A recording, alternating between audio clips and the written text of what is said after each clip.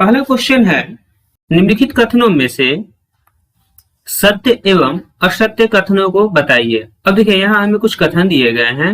अब इनमें हमें बताना है कि कौन से कथन सत्य हैं और कौन से कथन असत्य।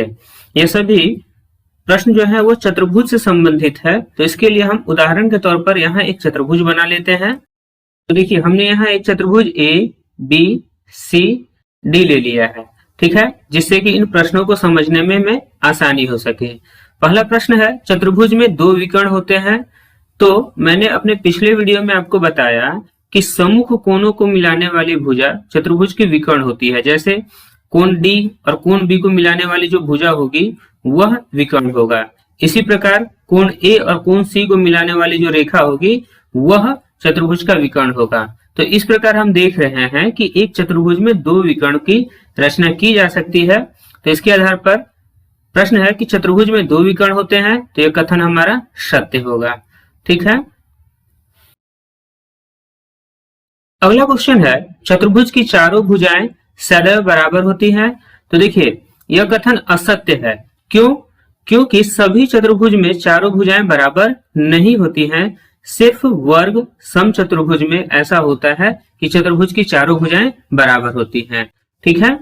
अगला क्वेश्चन है, चतुर्भुज की सम्मुख भुजाएं सदैव समान होती हैं। तो देखिए यह हमेशा, सदैव का मतलब पूछ रहा है कि हमेशा, तो ऐसा हमेशा नहीं होता है, इसलिए यह कथन भी हमारा असत्य होगा। सिर्फ आयत और समांतर चतुर्भुज में ऐसा होता है कि सम्मुख भुजाएं, जैसे एडी की सम्मुख है बीसी, तो यह दोनों बराबर होंगे, और एबी का सम्मुख है डीसी, तो यह दोनों बराबर होंगे। ऐसा समचतुर्भुज, आयत, वर्ग और समांतर चतुर्भुज में होता है। समचतुर्भुज और वर्ग में चारों भुजाएं बराबर होती हैं, इसलिए वहां आमने सामने की भुजाएं भी बराबर होती हैं, ठीक है। अगला क्वेश्चन है, वर्ग वह समचतुर्भुज है जिसके चारों कोण समकोण होते हैं। तो हाँ, यह कथन सत्य है, क्योंकि हमने पिछले वीडियो में पढ़ा कि वर्ग वह चतुर्भुज होता है जिसके चारों भुजाएं बराबर, आमने सामने की भुजाएं समांतर और चारों कोण समकोण मतलब 90 डिग्री के होते हैं। तो इस आधार पर यह कथन हमारा सत्य है। अगला कथन है, आयत वह समांतर चतुर्भुज है जिसके चारों कोण समकोण होते हैं। तो देखिए हमने यहाँ जो चतुर्भुज का उदाहरण लिया है यह एक आयत है, और इसमें आमने सामने की भुजाएं बराबर तथा प्रत्येक कोण 90 डिग्री का होता है, ठीक है। यहाँ जो कोण बन रहे हैं यह 90 डिग्री के होंगे। तो इस आधार पर आयत वह समांतर चतुर्भुज है जिसके चारों कोण समकोण होते हैं, तो यह कथन होगा हमारा सत्य।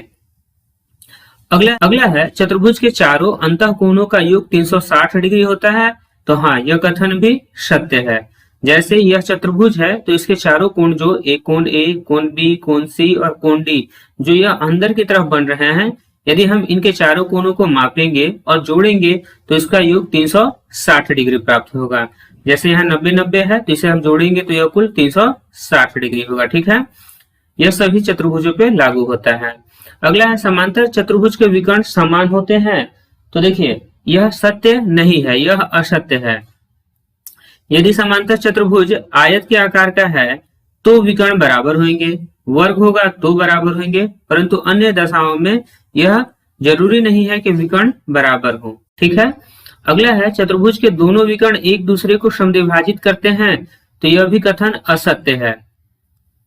यह प्रत्येक दशा में ऐसा नहीं होता कि चतुर्भुज के दोनों विकर्ण एक दूसरे को समद्विभाजित कर रहे हैं। जैसे कि यदि हम इस विकर्ण को यहां से लेकर यहां खींचेंगे और इस विकर्ण को ए से सी तक खींचेंगे तो आयत होगा, वर्ग होगा या समचतुर्भुज होगा, तो यह इसे समद्विभाजित करेगा, परंतु समलंब या अन्य चतुर्भुजों की स्थिति में वह इसे समद्विभाजित नहीं करेगा।